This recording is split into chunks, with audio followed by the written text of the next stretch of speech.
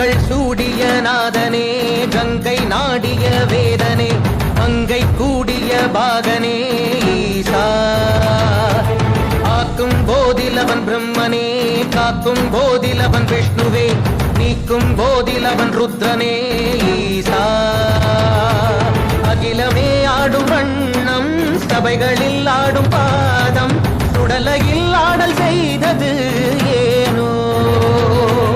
அமுதமே வேண்டும் என்று கடலையே கடைந்த போதில் அதில் வரும் நஞ்சையேற்றாயேனோ சதுர்